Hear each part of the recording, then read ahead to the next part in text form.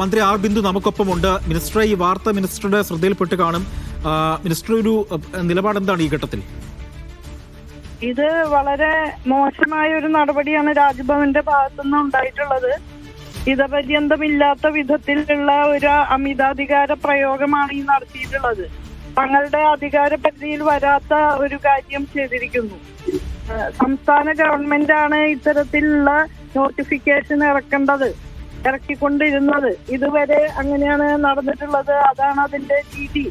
അപ്പോ പ്രസിഡൻസ് ഒന്നുമില്ലാത്ത വിധത്തിൽ ഒരു കീഴ്വഴക്കങ്ങൾക്ക് വിരുദ്ധമായിട്ട് തങ്ങളുടെ ഇംഗിതത്തിനനുസൃതമായിട്ട് താക്കോൽ സ്ഥാനങ്ങളിൽ കാവ്യവൽക്കരണ അജണ്ട നടപ്പാക്കാൻ തയ്യാറുള്ളവരെ തിരികെ കയറ്റുക എന്ന ആ ലക്ഷ്യം വെച്ചുകൊണ്ട് കുറെ കാലമായിട്ട് രാജ്ഭവൻ നടത്തിക്കൊണ്ടിരിക്കുന്ന പ്രവർത്തനങ്ങളുടെ ഏറ്റവും ഒടുവിലത്തെ അധ്യായമാണ് ഇപ്പൊ നമ്മൾ കണ്ടിട്ടുള്ളത്.